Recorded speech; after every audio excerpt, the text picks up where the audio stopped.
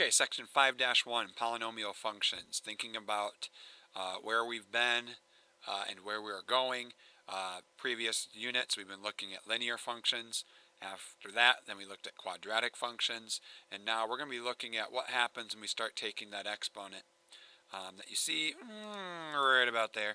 What happens if we make it a 3 or a 4 or a 5 or a 6? We're going to learn about some of those behaviors. So instead of spending 1 unit on each one of those, Algebra 2, we tend to focus on all of those as a group, and we start to look for some common trends that tend to happen there with those. Okay, so first, a couple of vocab here. First objectives here we want to be able to do, I need you guys to be able to classify polynomials. In other words, I give you a polynomial, you need to be able to name it and give it a first name and last name. We'll talk about that in a minute. Second, you also need to graph polynomial functions and describe their end behavior. We'll look at that too. So, a couple of things here. Vocab, a monomial, just a real number or a variable or a product of a real number or one or more variables. So what you're looking at right down here is actually a collection of 4. Count them. 1, 2, 3, 4 monomials. Okay? A collection of monomials is also known as a polynomial, just like when you're looking at a polygon, and that's a different number, and a group of shapes with different sides, like triangles and quadrilaterals and hexagons and octagons, all that good stuff. We do the same thing with monomials. You put a group of them together, you got a polynomial. Okay? So, the key thing about a monomial is notice the monomials, they're all connected together with numbers or variables through multiplication. As soon as you start to throw a plus sign or a minus sign in there, the monomial is over, and now you're looking at another term. So what you're actually looking at there in that polynomial is a polynomial with 4 terms. Okay? Now what about the degree? The degree of a monomial is just simply defined as being the exponent of the variable. So for example, this monomial, the degree is 3. This monomial, the degree is 2. This monomial, the degree is, wait for it, think about it, 1. And here, actually, the degree would be 0. Okay? Anything to the 0 power is 1. So that's why the degree on that guy, that constant term of 17, would be 0. When it comes to the degree of the entire polynomial, so this entire guy right here, all that matters to the degree of the polynomial is the highest power. Okay, so the highest exponent here is 3, so the degree on this polynomial would be 3. Okay? So the first objective of being able to classify polynomials is being able to write those in standard form. Polynomials, to be in standard form, need to be written in order of highest degree to lowest degree. So back up here at this guy right here. Do you notice that this polynomial right now, let me erase a couple things here, is already in standard form because the highest degree, 3, the 5x to the third is written first, followed by 8x squared, and then 3x, and then minus 17. It's in descending order of powers, not coefficients. There's a difference here. Okay? Coefficients are the numbers that are in front. Okay?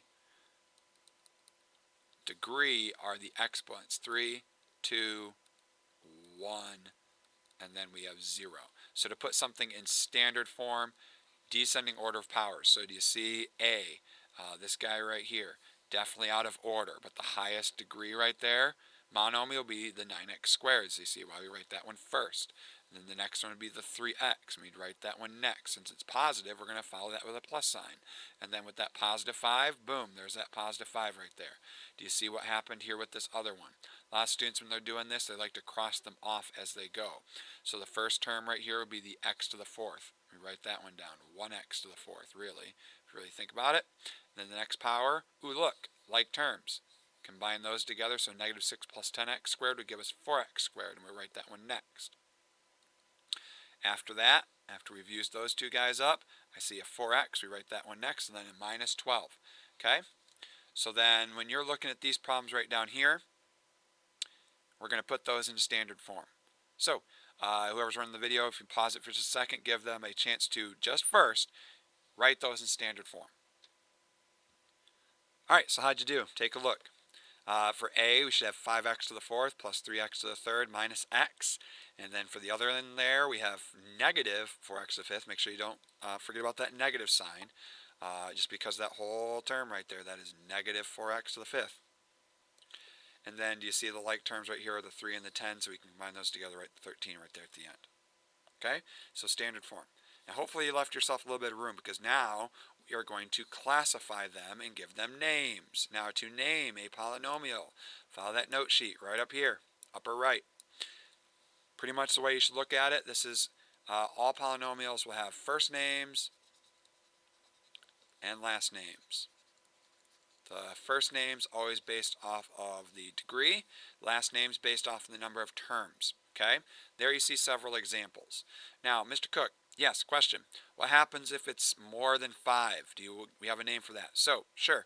If it's anything higher than 5, I'm going to call it n. Anything higher than 5, all you have to do is call it an nth degree for the first name. Okay, so if the highest power was a 7, you'd say it's 7th degree. Highest power is 12, you'd say 12th degree. Now when it comes to the last name, only you need to know is just 3 names. Monomial if there's 1 term, so boom, there's a couple of monomials right there. Notice here there's 2 terms, so 2 terms, binomial. Sometimes you might run into 1, a 2, a 3, 3 terms, we call that trinomial. That's all you have to worry about. Anything that's more than 3, so I'll call that 4 plus, 4 or more, always just call it, or I'm sorry, let's give that an n right there, okay? But that n, I'm kind of referring to as just simply 4 plus, okay? Just call that a polynomial of n terms. So if there were 18 terms in that polynomial, you'd say it was just a blank degree, an nth degree polynomial with 18 terms, okay? So if we go back over here, we can give these some names. So the name on this guy, does it make sense? Oops, right up here. Does it make sense why they call this guy a quadratic trinomial? First, name, based off of degree. 2, quadratic. Last name, trinomial, because of the 3 terms. Here, this would be a quartic, because the degree is 4. That's its first name. And polynomial 4 terms, because you have 4 terms there. Okay? So if we had to do the same thing right here, what do you think we'd have? This guy right here, we'd call that quartic. And trinomial, forgot the I. Okay, so all of these guys have names, like Bond, James Bond. This would be a quintic trinomial. If I can spell trinomial right. There we go. Okay, any questions there? Let's go on to the next video in the playlist.